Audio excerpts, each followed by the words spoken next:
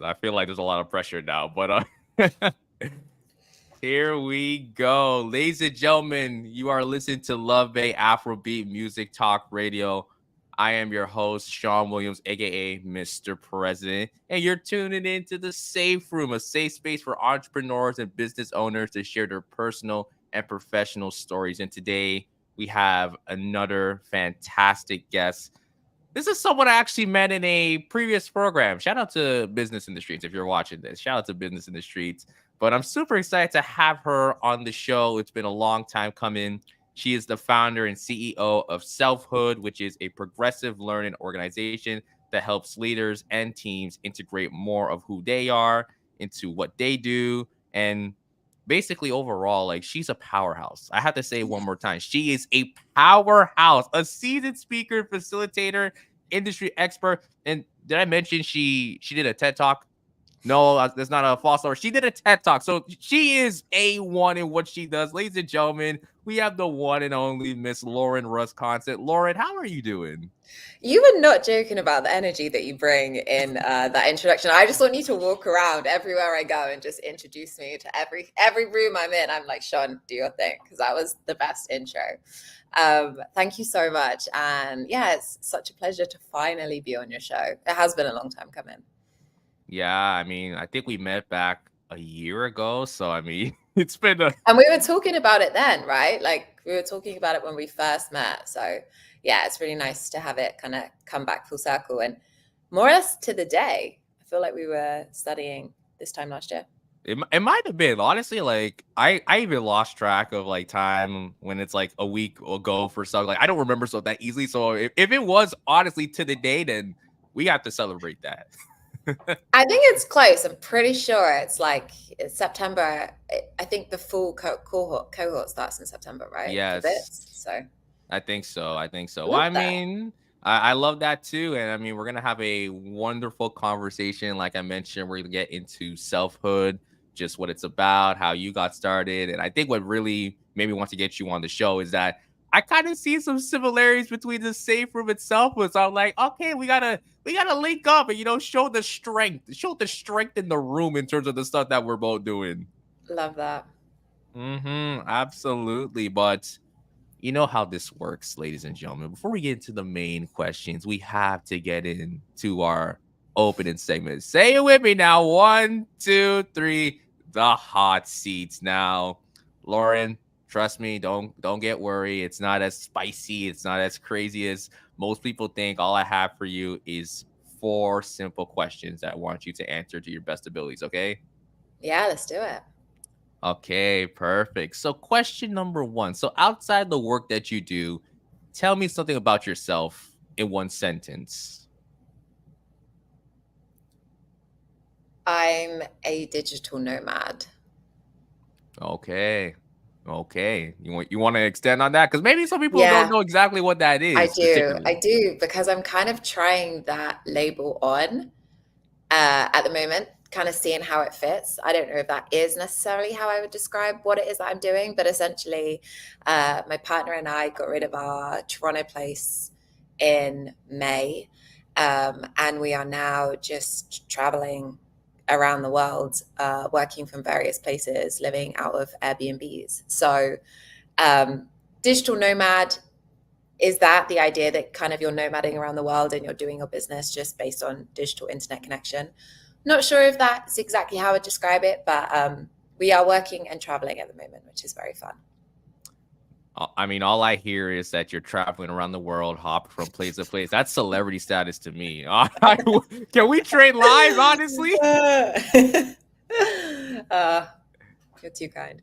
Yeah, I mean, I think that's amazing. But I mean, you guys are doing some amazing work. You're doing some amazing work. So it's not to say that you're traveling, but there's no justification on you going from city to city to country. There's always a purpose and you're in the back of your head. So I think that's really great too. And I mean, I do like the way you were the digital nomad. I mean, I think low key, like, that had to be like maybe like my striving career afterwards. Like, I want to be able to travel the world and be able to, I don't know, do more conversations. I would love to like do like a live podcast in the Caribbean. Like I would love to Imagine, do that. yeah, right. Going around the world interviewing people. And I cannot take credit for the phrase digital nomad. That has existed way beyond me.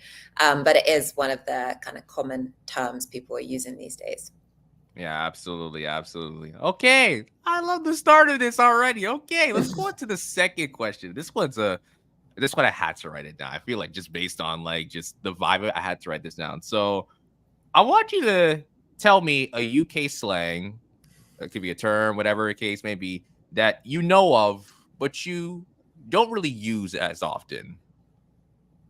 There is so much, like so much of my language over the last 5 years. I've almost had to like tone down the UK because people are like, what do you mean? So this is an amazing question because, yeah. What's quite interesting is that I feel like Toronto has quite a lot of similar um, language, words, phrases as the UK, mainly based on like the Jamaican influence. But so I used to say in it all the time, which I feel like is very English, and I don't say as much. Other words would be like peng, lang, bear, sick. Like these are all words that would be usually in the UK, just like peppered throughout my sentences. But I feel like since being in Canada, I say them a lot less. But yeah, in it was probably every 3 or 4 words that'd be in it. Yeah, I definitely agree with you that there's a lot of like correlation with some of the slang and the terminology from like the UK and even Toronto as well. It's kind of blended in a bit.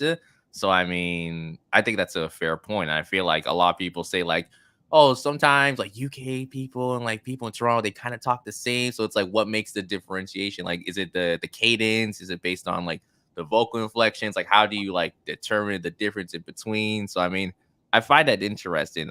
I want to share a quick story actually. One word that I always hear a lot is bruv.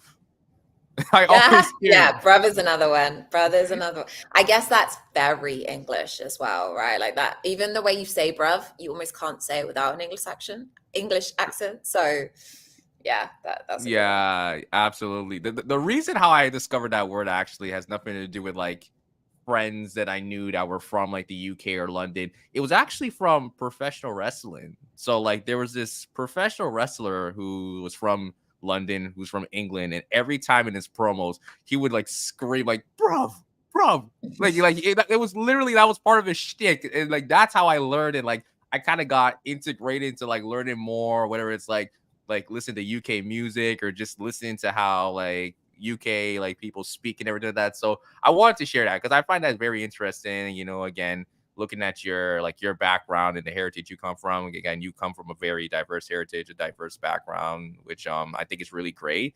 And you know, I definitely want to ask that question because I feel like the people want to know, and it's my job to pull those questions out of people. You know. I was gonna say, I feel like a lot of our music's been making it over recently. Um, and I can't remember right now, but what's our TV show that like I feel like made it over here as well. I can't remember, but there's been a number of like themes and trends that has been bringing the English lingo over. So it was a good question. It was a good question. I appreciate that. Appreciate that. Okay, my third question here for this hot seat segment: an interesting fact that you rarely share about yourself. Hmm. Um, I used to play flute in a youth orchestra that was pretty good.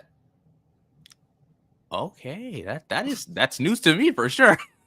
There you go. I love that. Okay, so like you said you were pretty good on a scale of 1 to 10. Like, how nice were you? Like, were you like, okay, I'm just kind of here to fill a spot, or like, give me the solo? Like, I will like shut the place down. This is me getting my nerd on as well. That's another thing. I'm very nerdy. I played the flute solo in the Lord of the Rings score. So I don't know, like it was not the real life Lord of the Rings I was about to say, I'm before your like, head my explodes. Yeah, goodness. no, but we played a lot of really cool movie soundtracks. So we played all of like Harry Potter, Lord of the Rings, Titanic, like really again orchestra, so full band. And yeah, a lot of Lord of the Rings is actually flute. If you think about the Hobbits, you think about the sound. So I was able to play the solo and one of our big concerts in the UK at one point. So it's pretty cool. Wow, that is amazing. That is so good. Honestly, I feel like we might have to get you back on the show just so you can do a solo. We might need to do I a haven't done it. I haven't played for years, and like, yeah, it's one of those things I'm like, I'm curious to get back into it, whether I'd still remember it or if I'd have to almost relearn again. But I played it for years.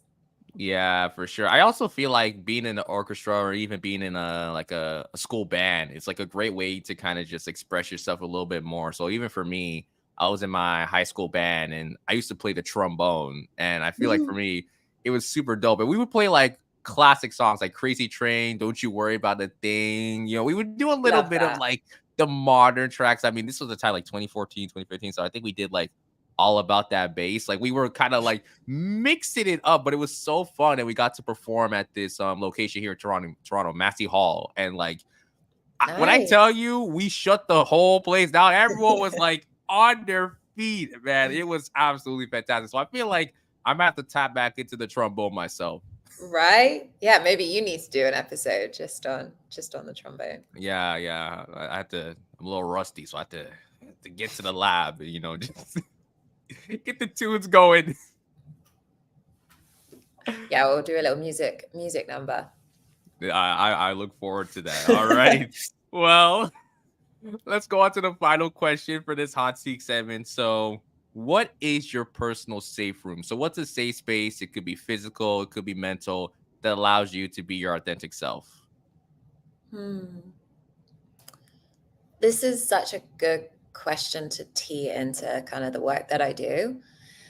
I'd say nowadays my safe room isn't a physical space. It's well, first it's me, like my relationship with myself. I've managed, that's not always been the case, but I do feel very safe and at home in my skin and in my body at this stage of my life, which is really good, and it took work. Also, I would say my safe room is definitely people, certain people that I just feel super safe around. And also, sounds a bit random, but going on runs in nature always makes me feel really safe in some way, unless it's at night in the woods and I'm on my own. But in the light of day, early morning, yeah, there's something really magic for me about running in nature.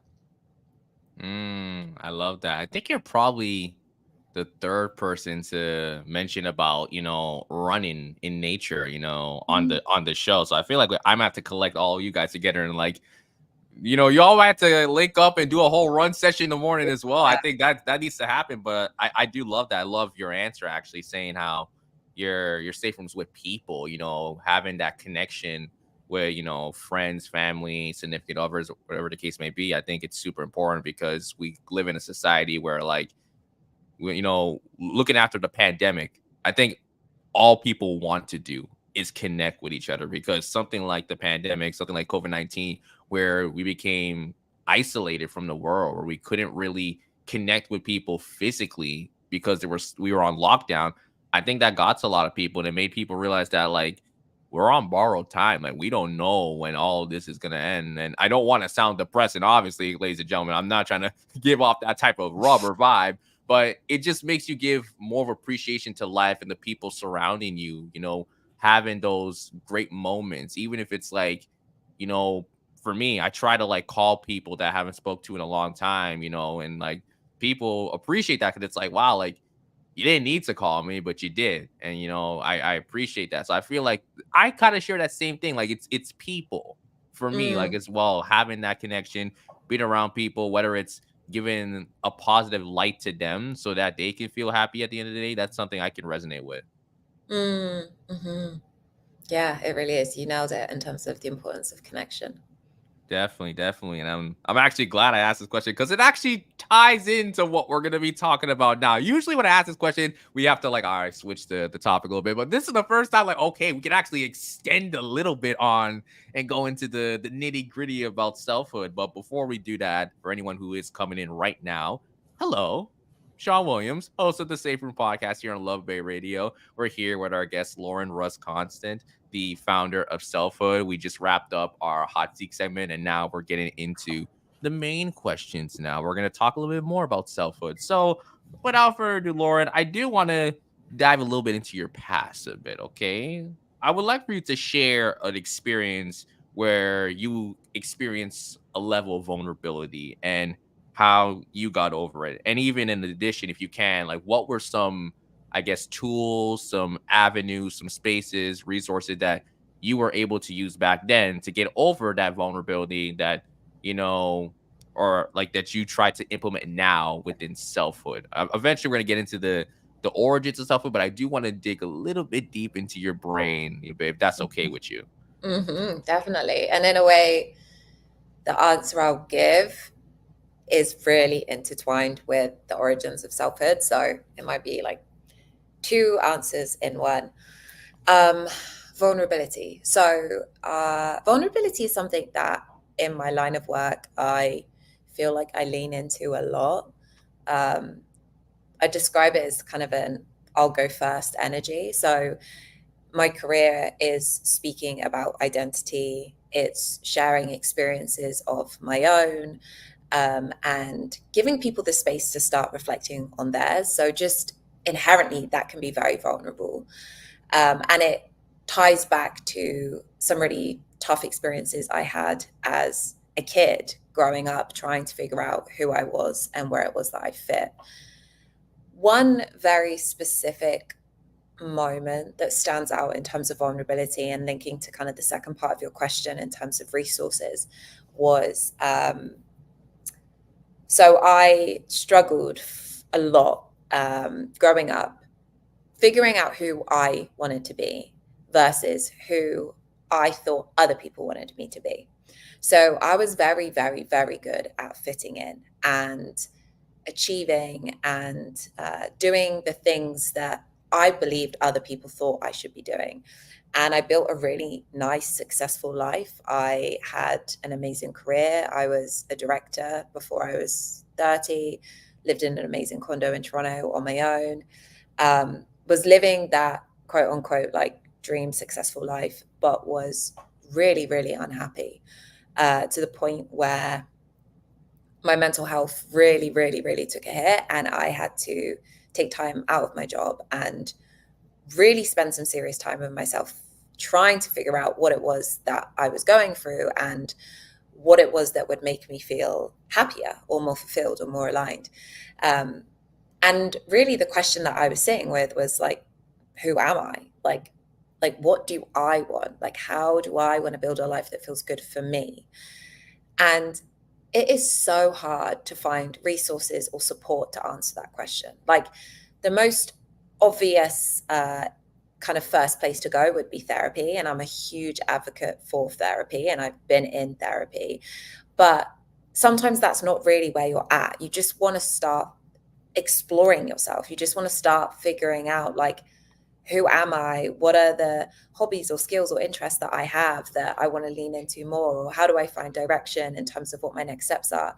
And that just didn't exist. I could not find any real valuable and accessible information about identity, about figuring out who you are, about exploring the different parts of yourself.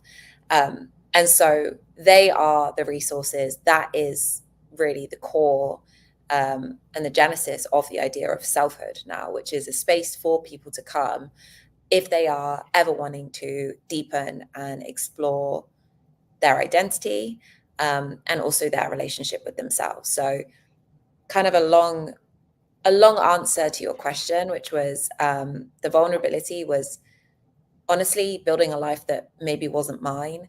The thing I struggled with was how do you figure out who you are? How do you get to know more of yourself?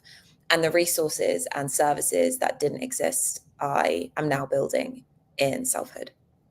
Yeah, I think that's very beautiful. First things first, I just want to say there's no such thing as a long answer on the safe room. Okay. If you want to talk, this is why we give the platform for all our guests that they can speak. And I really resonate with what you said because I think for a lot of people, especially growing up, yeah, like they feel like they need to do what other people want them to be as. It's like these levels or like these type of social norms where like you have to act and behave a certain way just to please people or to make people feel happy and like, oh yeah, this is how we want you to be. This is how we want you to, interact with us. You consider like friends. I consider school. Like for me, like I had my friends. I had like the people I used to link up with and everything like that. But I'm happy enough to say that, none of my friends had to force me to be who I needed to be, like who I am right now. And usually, like, it's hard because, again, when you're growing up, especially if you're a kid or a child growing up and you're going to school, you're seeing these people every single day, which means if they like something, let's say they like a TV show, you start to kind of feel like, well, I need to like that TV show too. So that way, like, I can be around them, I can interact, we can like the same things. But then once you get older, you start to realize, like, hold on, we actually have a lot of things like not in common. Like they're very like different things. There's no similarities. And I feel like for me, I can say I had to learn that quicker and I had to realize that, yeah, like I need to kind of find myself and figure out like who do I want to be. Sure, I done so much great things on my own and I done so much great things for other people, but it's like, what do I want to do? What do I want to do that makes me feel happy? And kind of how you were able to develop selfhood for me, it was the safe room, building this Mm. show, building this platform where I can just speak and be myself. Because for a lot of people, and this might be a shocker, ladies and gentlemen, I was not the most active, the most like bubbly person. I was very like in the shadows, quiet. Like if you saw me, I'm like, hi, deuces. I leave. I go back home. I'm a homebody. Like you would not see me out. Now I'm like the complete opposite. I will pop out at a function. I'm giving like the most energy and everything like that. But you wouldn't know that because I feel the difference between past Sean to current Sean right now is the identity. It was that, I was doing it at the time being because, I just felt like I had to please everyone and I had to make sure that, oh, I had to live to their standards. But now I live up to my own standards. And sure, like there's people that, see me in that light and like, I'm happy that they see me in that light and I can, make them, see me as like a mentor or someone that's like, oh, I'm inspired by you. But at least I know I have control of myself and know that whatever I do, I want to tell myself at the end of the day, are you happy doing it? Basically. Mm. Mm-hmm. Mm-hmm. Yeah, you nailed it. And I think there's a sense of freedom that people don't talk enough about when you wake up in a life and it really feels like your own and you really feel like yourself. And the caveat is that I think when people talk about kind of like finding myself or being my most authentic self, sometimes it can feel like there's just this one version of you that you need to find. And then when you found it. That's who you are for the rest of your life, which I personally don't agree with or don't believe. I believe that there are so many different versions of our authentic selves that are brought on by different contexts, different people we are with, different seasons of our life. It's really just about in that moment being able to ask yourself, like, do I really feel like the way I'm showing up right now is my favorite version of myself today? And if the answer is yes, amazing. And if the answer is no, then there's some work and some exploring to do. Absolutely, absolutely. Yeah. I mean, ladies and gentlemen, I should have gave a warning. This is gonna be a deep conversation. This one's gonna hit the soul. So I hope you're ready because we're not slowing down the train at all. So I do want to get a little bit deeper now into selfhood, just how you got started, and you did kind of go over it in the previous question, but I guess talk about the building blocks or actually setting up selfhood and just what was the focus of like constructing the identity for selfhood that your audience were able to grasp on and they were able to understand that what selfhood not only meant to you but what it could also mean for them. Mm, such a big question, as it's been a journey. um, Identity is a really interesting topic. Like when people ask me what I do and I say I work in identity or I have a company that supports people with their identity, people either get it, but most people don't. So most people will be like, ah, interesting. And they'll almost try and be like, so are you a life coach? It's like, no, I'm not a life coach. And then it'll be, oh, so is it like gender identity? And I'm like, I mean, it could be, but no, it's not specifically about gender identity. And then there's some people that will just instantly shy away because they're like, oh, identity politics, right? And go off on this notion of what identity politics is this day and age. What I find really interesting is that so many people feel like they can opt out of identity. Like, oh, that doesn't involve me. Like I'm good, I'm fine. But the interesting thing is that each one of us has our own identity politics, right? Whether it's just something like I believe that I'm always late, that's an identity. Being a podcaster is an identity. Being successful is an identity. Being unlucky is an identity. Like we are all living lives based around identities that we have either subconsciously chosen or have been given by society. And those identities and those labels will dictate how we show up in our lives. They will dictate the lives that we lead.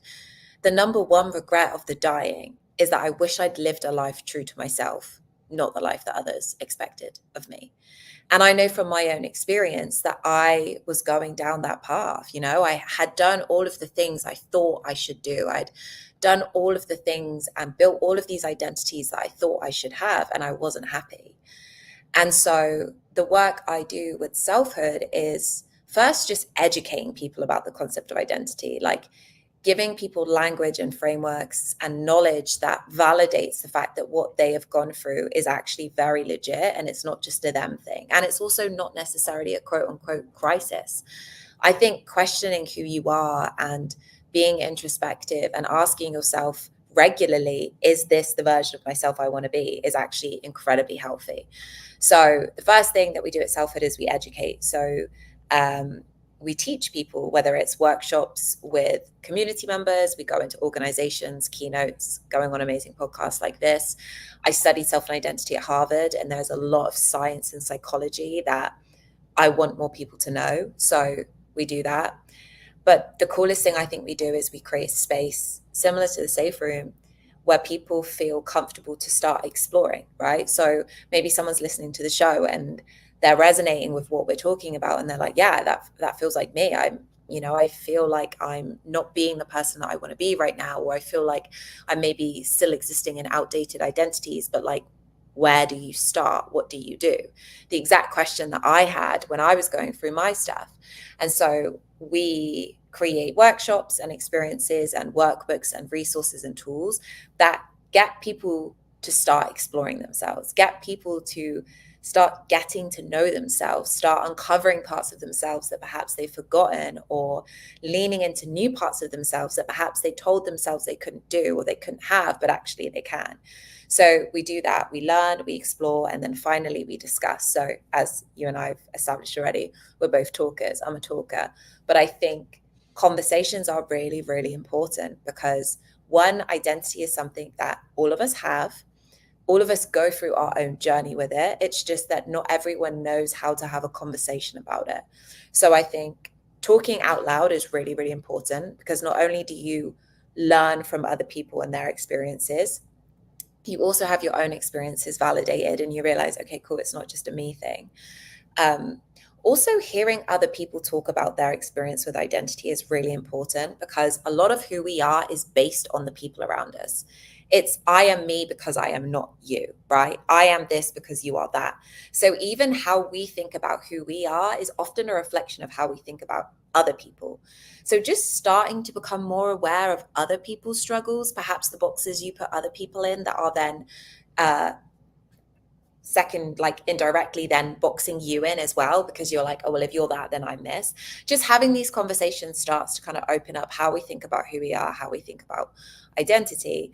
And yeah, it builds a sense of community. So you're not doing this exploring alone. You're doing it in a space with other people that are exploring alongside you.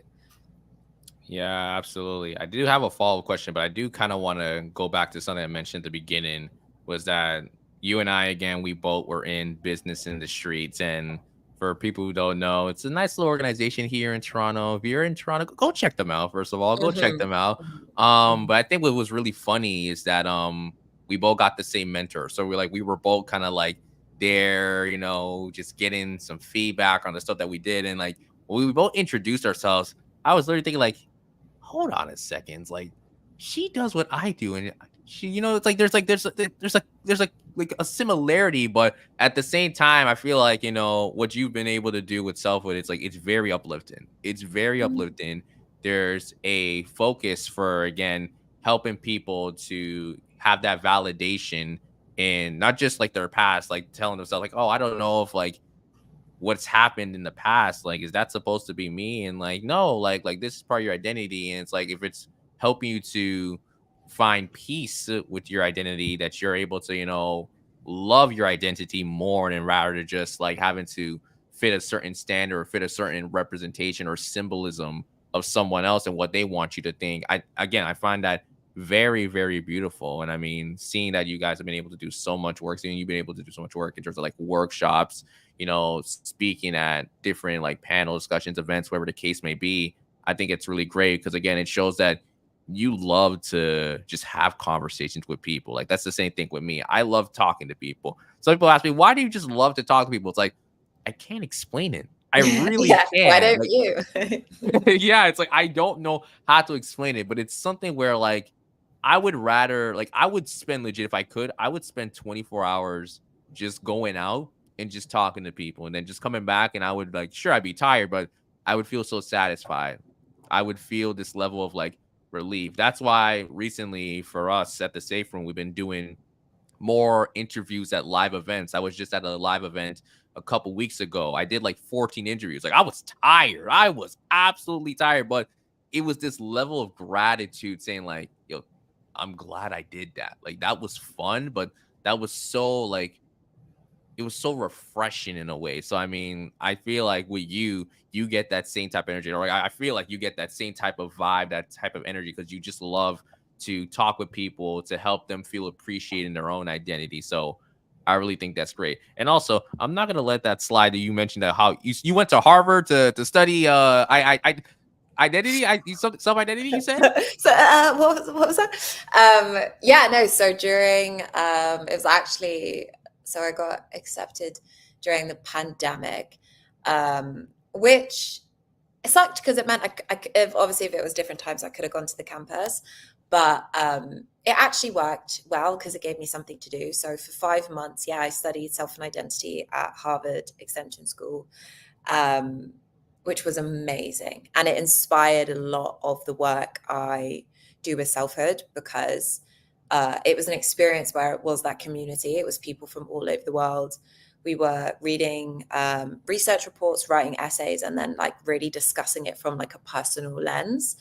And I loved it. I really did. So that really kind of prompted me to think about how do I bring a version of this into the world for more people to take part in. okay, so I just want to recap, ladies and gentlemen. She has selfhood. She's been traveling around the world. She went to Harvard. You know what? Why don't you just take my show while you have me, Lauren? Go ahead. Take the stage, Lauren. Stop. Stop. I realized when you were talking about to how much you like talking to people, I realized I do not like talking to people that much. Like I like people and I also kind of don't, I like talking about certain topics to certain people, but like I'm most definitely a introvert, ambivert at heart. I do love to be alone. I think it's because when I show up, I really show up. So I use so much energy and then I just need to like go back and recharge. Yeah, Whereas you really are, yeah, you're a great conversationalist.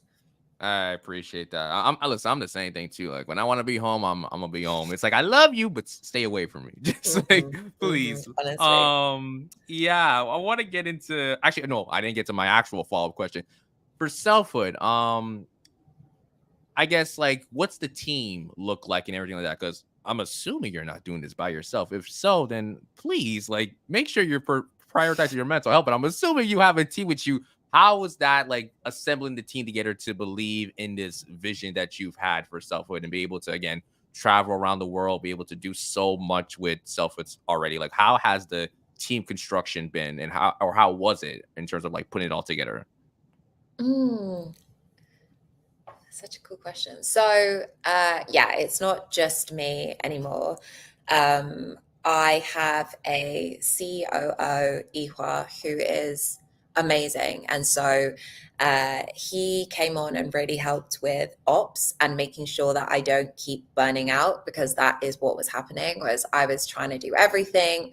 I would go until I'd get physically sick. I'd then crash, be wiped out for weeks, and it would take me ages to get back. So he has traditionally a tech background. So there's a lot that he learned about like systems and ways of working and sprints and stuff like that. So he's got us working in a much more sustainable way, which is amazing. So I have someone that I check in with 3 times a week. And yeah, he's definitely like my right hand in terms of building the day in, day out. I'm very, very lucky that my partner is a CTO. So he's a software developer. So all of my tech stuff, all my website stuff goes to him. So that really, really helps.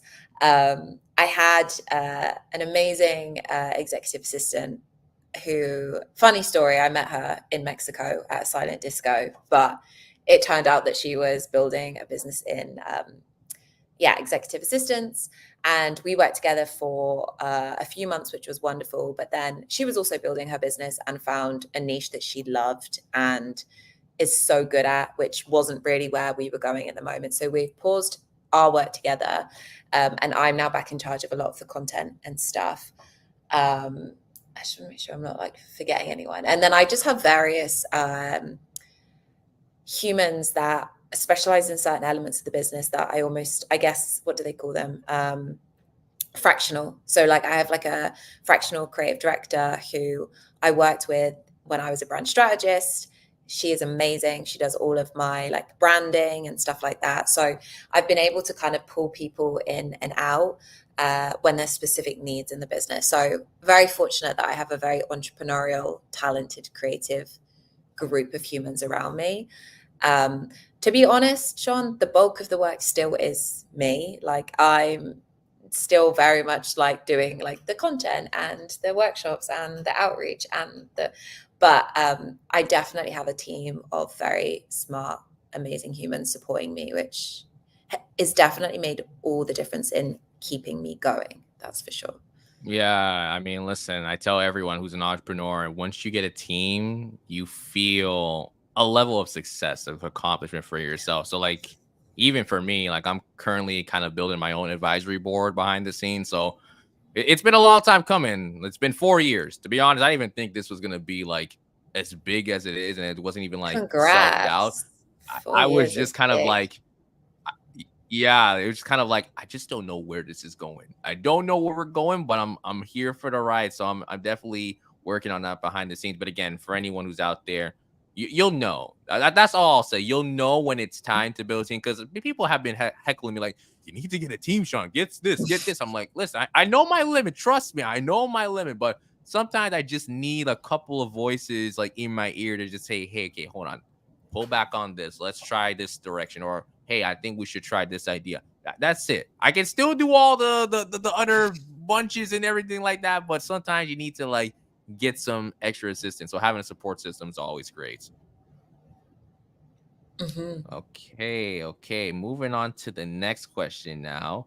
And it's actually going a little bit deeper now into your workshop, some of the things that you do. So I know, like you, again, you've been working on most of the content. So maybe you can talk about what are some of the workshops that you have currently right now set up, or maybe you're working on in the future, maybe some of the workshops you've done in the past, something that you're super proud of, like an accomplishment, or maybe a workshop that you feel like a lot of the people that you worked with, or some of the people who have come in connection with selfhood that they've asked about or like resonated with. Like, just go a little bit more detail on some of the workshops, the programs, whatever the case may be, that you've been able to do for selfhood. And can we expect anything big in the future, perhaps? Mm.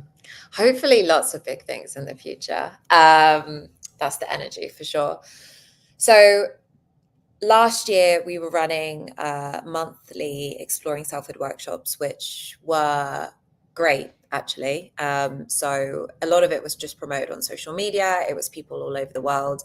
It's a 2.5 hour virtual experience where people come, learn some stuff, explore some stuff, discuss some stuff. So we ran that for most of last year, which was really good and cool. And met some amazing people, built like the foundation of the community. We then were having more inquiries about long-term engagement. So what would happen was people would go to the 2 hours, start exploring, really enjoy it, and then be like, but what next? So then at the end of last year, we ended up launching an 8-week experience, which took a smaller group of people through a much deeper discovery of kind of who they are, parts of themselves they want to start leaning into more. That was really, really interesting. But then this year we've kind of been exploring and experimenting with a number of different things as we also expand into B2B and corporate, which has been really, really interesting. So working with companies to host workshops, or it could be speaking, all about integrating identity.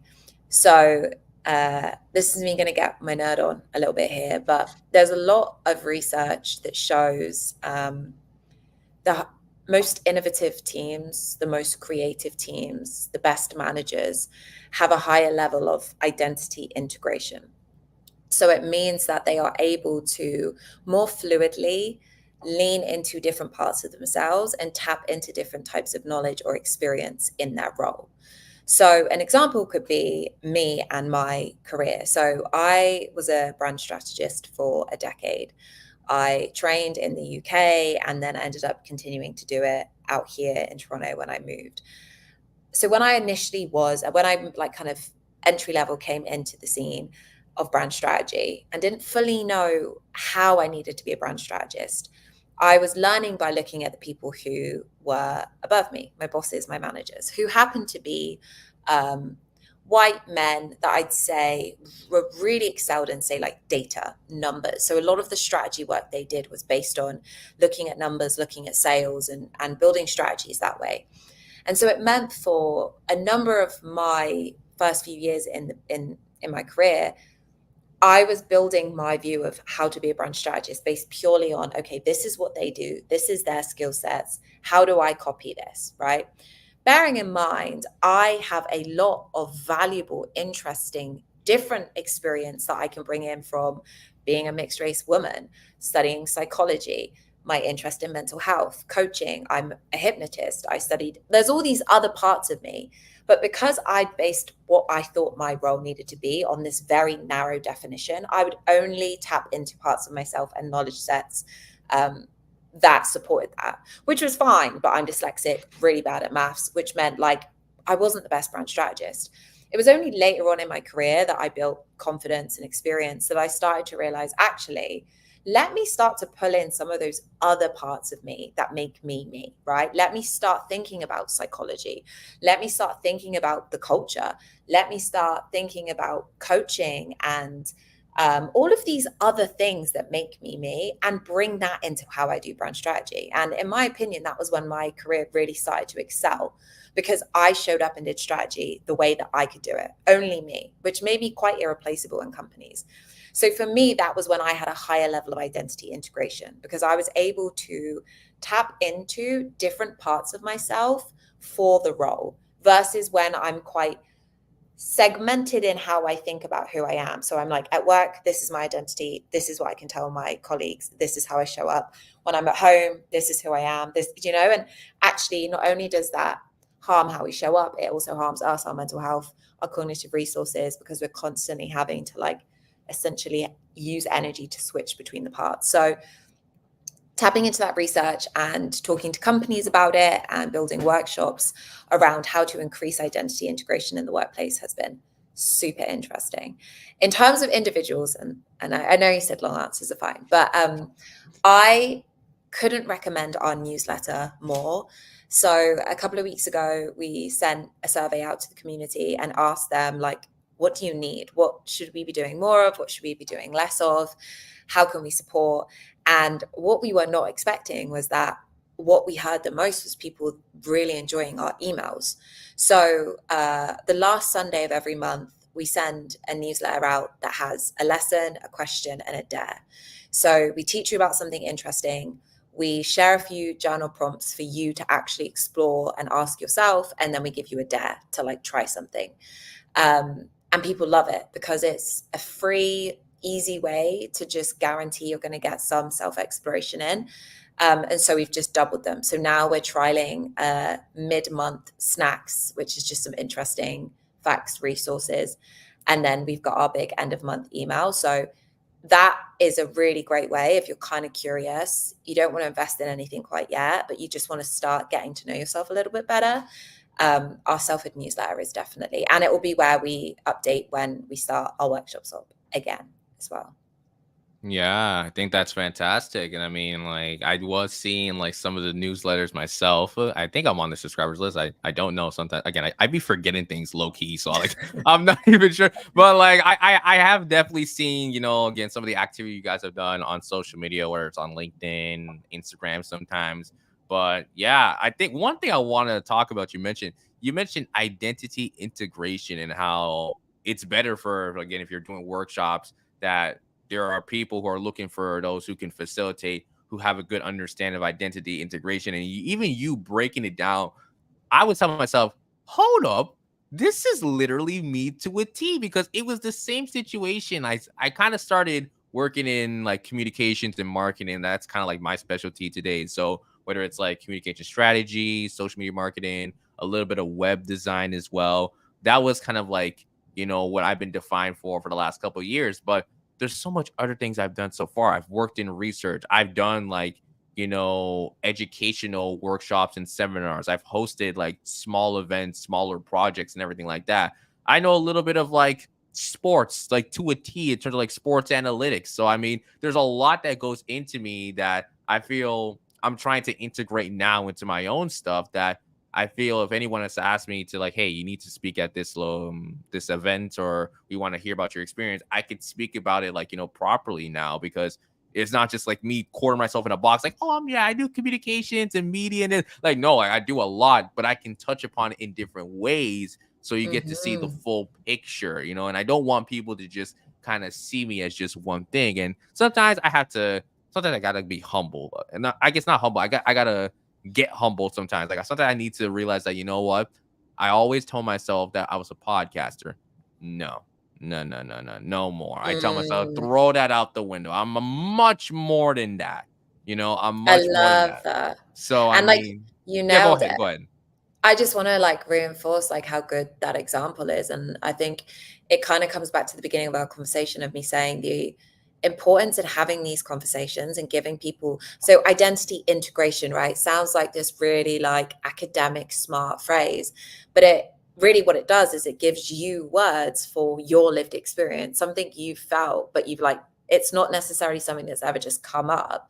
But it's like now when entering into new jobs, whether you go for a communications role, you realize how much you are bringing to the table. It's like, yeah, I can do the communication stuff on your job spec, but also, by the way, if one of our clients needs help with audio or tech, I've got you.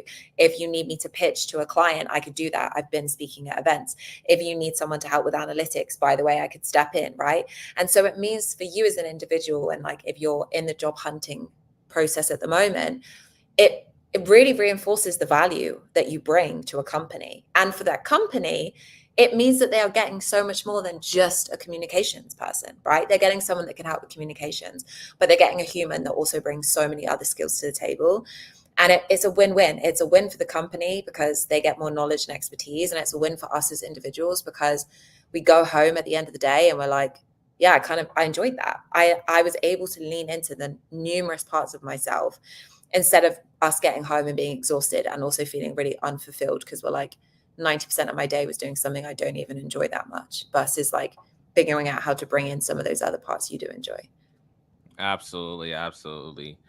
Now, speaking of events, I had to bring this question because I said this at the beginning. Before we actually get into this question, again, if you are tuning in from the beginning, I appreciate you guys. Thank you, ladies and gentlemen. If you are coming in, though, welcome to the Safe Room here on Love Bay Radio. I'm here with my guest, Lauren RUSS-CONSTANT, the CEO and founder of Selfhood. We've been having a fantastic conversation. We talked about, Selfhood, how it got started. We talked about on your past experience, Lauren. We talked about more of Selfhood's workshops, some of the amazing things you guys have been able to do. But I want to get to this next question because at the beginning, for those who did hear me, I'd mentioned that Lauren did a TED Talk.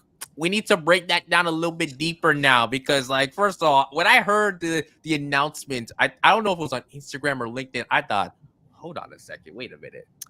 I was in the same program as her for Beats, and now she's in doing TED Talks. I'm like, hold on. By that definition, I'm also doing the TED Talk. No, I'm just playing. I'm just playing. But next. Yeah, we've spoken about this already. yeah, I want to know, how did that opportunity come, and just what was it like for you to speak a little bit more about what you do, but also have that opportunity to say, you know what? If this is the best chance I'm going to like sell myself, but also sell Selfhood and what we do. Like, how did the opportunity come about, and just how was the preparation for your TED Talk as well? How was that process? This is such a funny one. I think this is the first time I've actually spoken about it on a podcast as well. So I'm just going to keep it 100% real with you and your audience. It was interesting. Is my headline of the experience. So I've wanted to do a TED since I was a kid. Like, it's probably been like my number one big career life goal was to do a TED Talk. Me and my dad used to watch them a lot, and it was my big goal. And I don't think people talk enough about how hard it can be to achieve your big goal, and it maybe not be the way you thought it would be, and it not meet your expectations, especially when people are expecting like it to be this amazing moment and you to be really happy. And so it was an amazing experience, but I also just want to acknowledge that there's a lot of feelings, complex feelings there, because it was something that was so important to me. So how it happened, as I said, always been a goal. Me and my dad have always talked about it. I was back in the UK. We were at dinner. I was talking about wanting to come back to the UK again. And jokingly, I was like, oh, imagine there's a TED Talk and I can apply for the TED Talk. So we get on our phones, purely joking. And long story short, there is a TED Talk in the city that I was born in. Actually, that's not true. The city that I lived in. I was born in London, but I lived in Bristol. The city that I grew up in. And at the exact time that I was going to be back. So him and I are really big on like signs in the universe. And we were like, hey, right, this, you absolutely have to apply to this thing. So I did some research, figured out who I needed to apply to, how I needed to apply. Something about me is like, I will always do the most if I want something a lot. So like they say, like, send in an application, write it down. I took it upon myself to like create a video, put it on YouTube, send them the link. And I applied, and honestly, within a few days, I'd heard back to say that I'd been accepted. And I think that was the first thing that was very jarring for me, because I almost expected it to be harder. Like, I've been telling myself that it's this big thing that's like going to be the pinnacle of my career. It's going to take years and years and years. And like, to hear back in a few days, I was like, what? Like, so anyway, what? Huh? Yeah. What? So that was the first thing. I was like, wow, okay, this is really interesting. So then anyway, but I got the talk, which was amazing. There was some issues with dates. Like, basically there was a date it was meant to be. I booked my flights. Then they ended up having to change the date. So then I had to end up rebooking flights. But again, that was the decision. It was like, how much do you want to do this? And I was like, I really want to do this. So I did the talk in April. It was all about selfhood. It was about my journey, exploring my own selfhood. And what was amazing was that because it was in my hometown, some of my oldest, closest friends were able to come. My brother was there. My dad was there. My auntie was there. Unfortunately, my mum was away at the time, but she was definitely there in spirit. So it was really cool having that moment, standing on stage, kind of reaching that goal in front of my friends and family. But the venue it was meant to be in ended up getting changed last minute. So even the image I had of it wasn't quite envisioned. And I do not know why I did this. I think it was just life was lifing at the time, but I left it until the last minute to learn my talk, which wasn't the smartest idea of mine. I did learn it, and for the most part it went well. But for me, when you just know you could have done something better, like it was good, And other people might say really great things, which again means a lot. But because it was really done for me, it was my goal, it was a me thing. There definitely was a bit of disappointment because I was like, oh, I feel like I didn't fully do myself justice. So it's a long way of saying I just want to be honest, about these things. Like it would be very easy to be like, yeah, it was amazing, it was a dream come true. But the honest answer is that it was amazing, and there's some mixed feelings there. And I'm calling that my warm-up TED because I think I'm going to go and do another one. And like go and do it the way that I want to do it. So yeah, long answer to your question, but that is the honest one. No, but I mean, like, honesty is the best policy. There's a reason why people say that. You want to be honest with just some of your experiences. So, I mean, yeah, I feel like, listen, I can relate in terms of like, oh, I have to do this speech or I have to do this pitch, but you leave it to the last moment. You're telling yourself, like, why am I doing this? Like, am I crazy? Like, I should be like working on this like 24/7, but I'm not. But I mean, I'm glad to hear that, overall, it was still like a great experience. And again, even though it wasn't what you envision it being. Again, you saying at the end like, "Oh, this is just a warm up." Listen. We're gonna spin it right back, and it's about to be like 10 times the way I want it to be. So I feel like that's the type of energy you want to have. And I mean, again, the fact that you applied and in a couple of days they responded back, they saw something in that video. They saw something like, yeah, like she has it, like she has it, and it's not fake. It's authentic. It's real. And honestly, I feel like we need to start having more of that real type of content.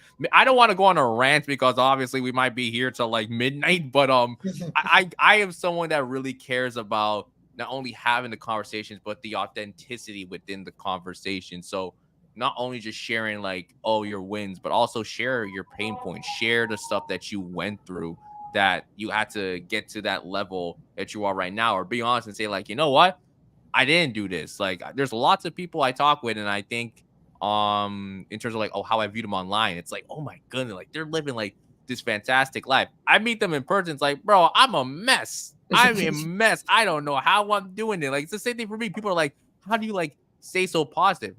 When did I ever tell you that I'm positive all the time, 24/7? I never said that. I never clarified that. Sometimes I'm going through it rough too, but we have to be honest with ourselves. And I feel like it just goes back to us understand again our identity and who we are and not trying to fake it for the crowd or fake it for anyone. It's being real.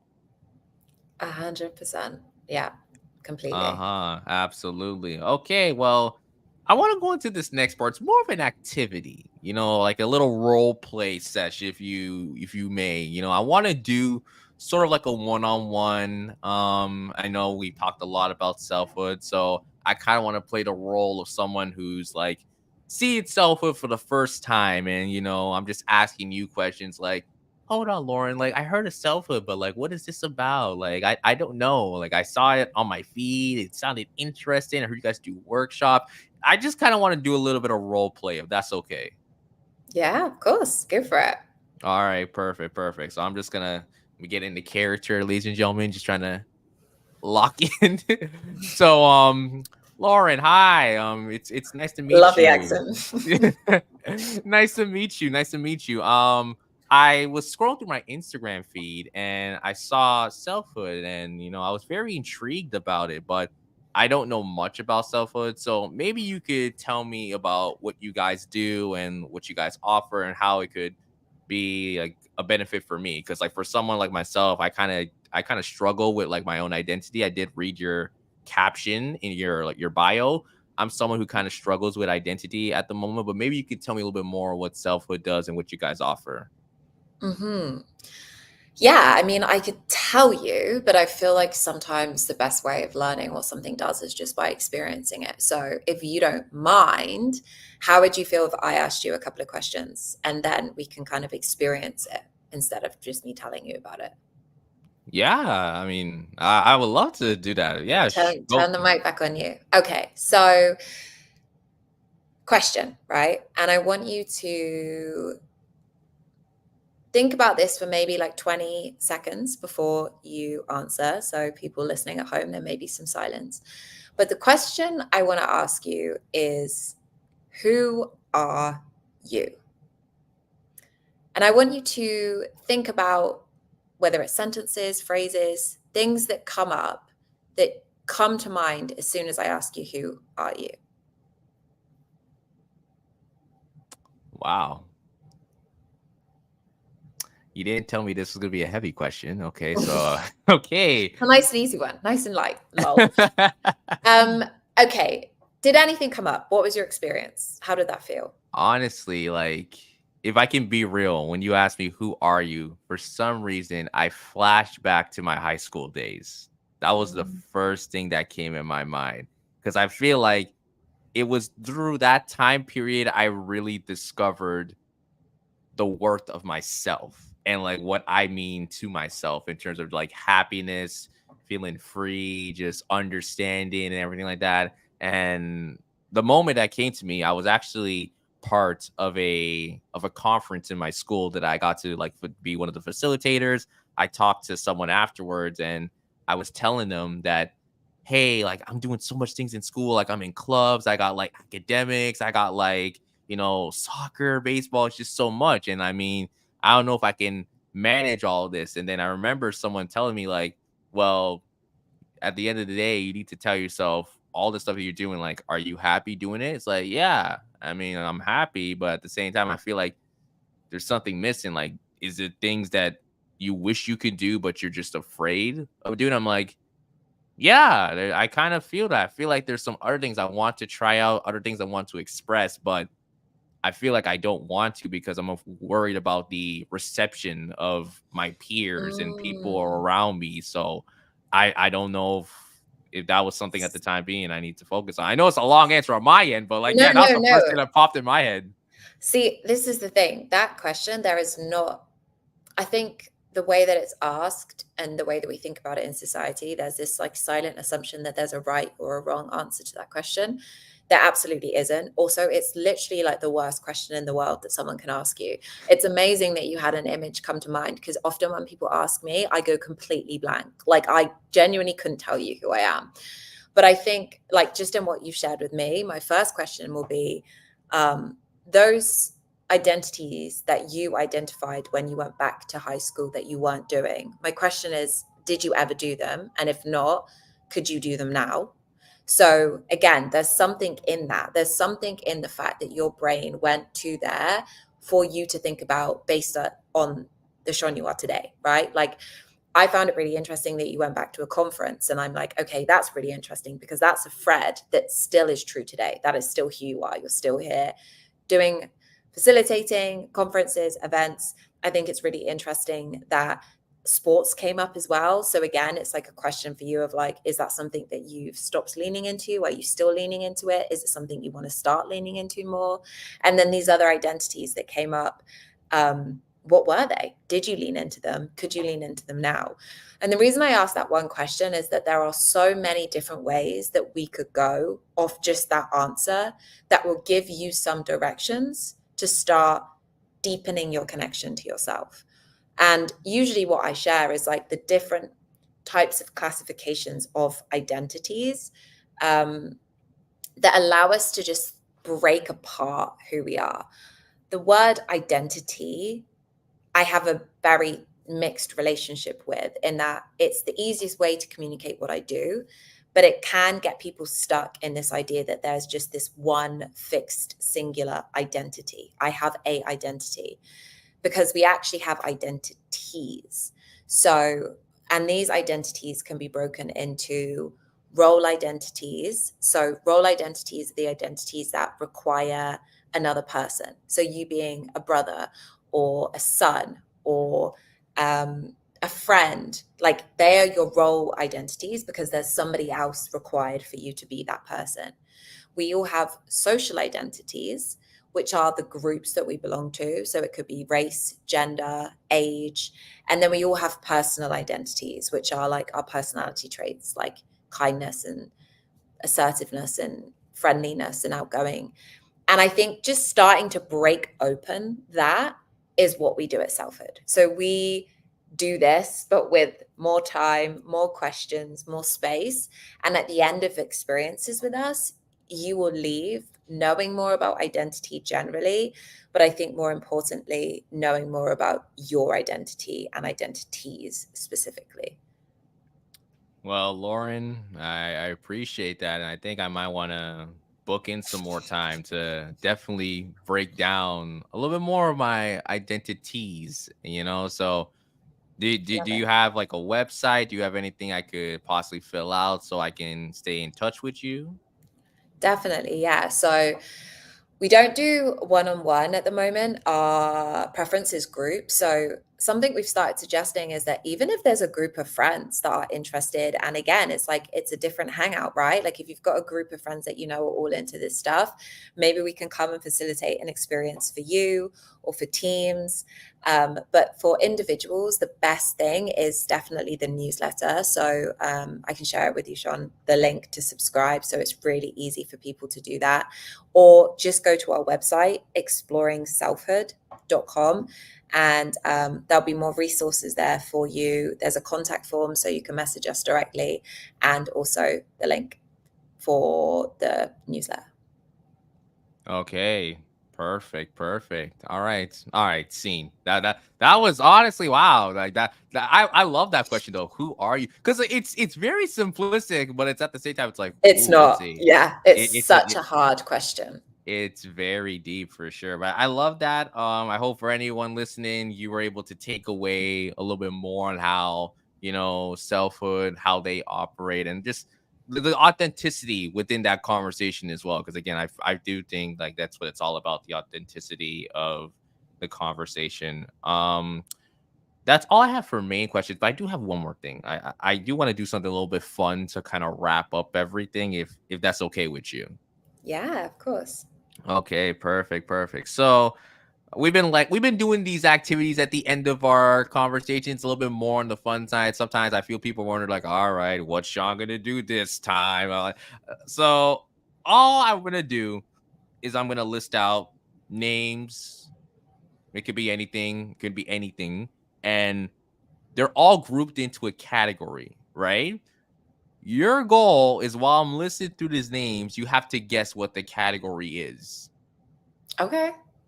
So you don't know. I'll be listing out names, and then you just have to figure out, like, okay, what do all of these names, things have in common, basically. Okay, you got to bear with me because it's 9 o'clock and my brain usually stops working at like 5. So I'll do the best I can. Okay, okay, all right. This is easy. This is an easy one. This is level one. Okay. So to start, we have Donald Trump. We have Denzel Washington. We have Dwayne Johnson. We have Diana Ross. Beginning with D. Their first Yeah, name begins there with we D. go. Yep, yep. It was a very simple. I had to throw you a bone for that one. All right, this is But in a way, it was almost too simple because I was like, "That is that that it can't." Yeah, appreciate it. so. Appreciate it. I'm wondering, like, when I was listing the names, were you actually coming up with some like, all right, where does Donald Trump and like Denzel Washington, Yeah, like, where? that's what threw me. Honestly, I thought you were going to go presidents or something, and like, then you said Denzel, and I was like, "What have those two got in common?" Denzel. All right, interesting. Okay, so that was an easy one. Let's go to the next one. All right, so these are, I would say these are names. These are like things in a way. Okay, so I want you to listen closely. That's my hint. Listen closely to the what I'm about to list out. So we have Kid A, we have Stankonia, we have the college dropout, we have Voodoo, Back to Black. Albums. Okay, okay, you're getting warm. It's albums, but there's something more specific. Do you want me to keep going? I don't know. I'll keep going for now. So I said Black to Black. That's the last thing I said. Discovery, the Eminem Show. Oh, in alphabetical order? It's not alphabetical order. It's Oh. not alphabetical. I'm gonna blame my dyslexia on that one. A, B, C, D, E. I think it's because you did D and then E, so I was like, oh, okay. Oh, that's kind of funny that I didn't even plan it Because like I that. remember seeing like Kid A, so I had A, and then I remember Back to Black, so I saw B, and then like I was obviously just omitting the other ones that didn't work for my Okay, theory. yeah, you have albums, but okay, I'll start from the top again. So we have Kid A, we have Stankonia, we have the College Dropouts, we have Voodoo, Back to Black, Discovery, The Eminem Show, American Idiots, Songs in A Minor. I know there's people screaming the answer at the podcast, at the radio, whatever they're listening to this show on. But I have to be honest with you, I have nothing. I have no idea. So you want me to tell you? Yeah, tell me. Go on then. So what all these albums have in common? They're albums in the 2000s. Oh, I would have never got that. So I'm glad you Really? told me. We would have been there a while. Yeah, we would have been there a while. And I know that I've disappointed a lot of friends and family with that one because I have a lot of music people in my life. But yeah, I wouldn't have known that one. It's all good. Honestly, like there's been lots of activities I've done and people have butchered them all. So like, I don't got even the first worry. really easy one. I'll take that. Yeah, we're not done yet. We have one more level. One more. Okay, go on then. All right, this one, like, I'm trying to give this one as a dead ringer as well. So I feel like you should probably go 2 for 3 for today. But Don't jinx me. all right. To start off, we have Dua Lipa, we have Simon Cowell, 21 Savage, James Corden, MF Doom, Emily Blunt, Tom Hardy, Ella May. Wait. I think I know, but can you go back again and say them again just because I want to see if before I embarrass myself again. Okay. So Dua Lipa. Yeah. Simon Cowell. Yeah. 21 Savage. James Corden. Yeah. MF Doom. Emily Blunt. Tom Hardy. I was gonna say something about the UK, but It's in that realm. That's my one hint I'm giving you. It's in that realm. that's the one guess I've got. It's something linked to the UK. There is definitely a linkage there, if I must say. I don't know. I feel like I'm just gonna let you down with this. People were listening to the show thinking I was smart before this. I don't know, Sean. Go on, tell me. I mean, it was basically like celebrities like born within like the UK, so like different parts, like London, whatever the case may be. Oh, so that's what I was gonna say. That's pretty much what I said. You need to trust your gut, Lauren. Just go with your first instinct. People born in the UK is what I was gonna say, but I didn't know 21 Savage threw me. That was the one that I'm gonna throw a wrench because I know a lot of people. There was a whole meme about when 21 Savage, like, wait, he's British or he's born from London. What? Like that was the one thing I'm like, okay, is this gonna throw? I missed that meme then because I think that is what threw me. Like I was like sure I had it, and then you said him, and I was like, right, well. But now I know. Yeah. That's something new. The more you know, ladies and gentlemen. But yeah, that's all I have for the activities. Listen, you did good. You did good. Pat yourself on the back. You did a great job. Thanks. I'll take it. Of course. But that's everything that I have for today. So Lauren, thank you so much for coming on the Safe Room. Appreciate your time. Love the conversation. It was absolutely fantastic. Great having you on the show. Thank you so much for having me. Of course. Where can people find you? Where can people follow SELFHOOD on social media, and where can they check them out? So yeah, exploringselfhood.com is the website. So it's a great hub for everything. You can sign up to our newsletter there. You can find our social channels there. We're Exploring Selfhood in most places. And I am on LinkedIn under my name, Lauren RUSS-CONSTANT. All right. Perfect. Thank you so much. And thank you so much, everyone, tuning in to this conversation here on Love Bay Radio for the Safe Room.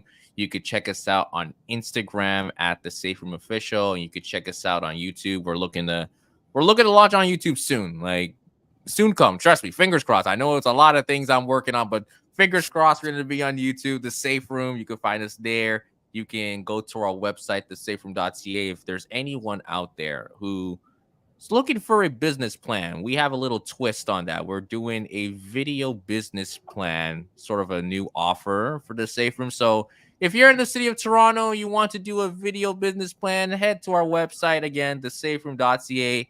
Hit us up if you have any questions. Book a session with us, and we'll make sure to make you look 10 times, make you look like $1 million for your video business plan. But until then, ladies and gentlemen, have a great night, and make sure you tune into next week for your favorite show on Love Bay Radio. But until then, we'll see you guys next time.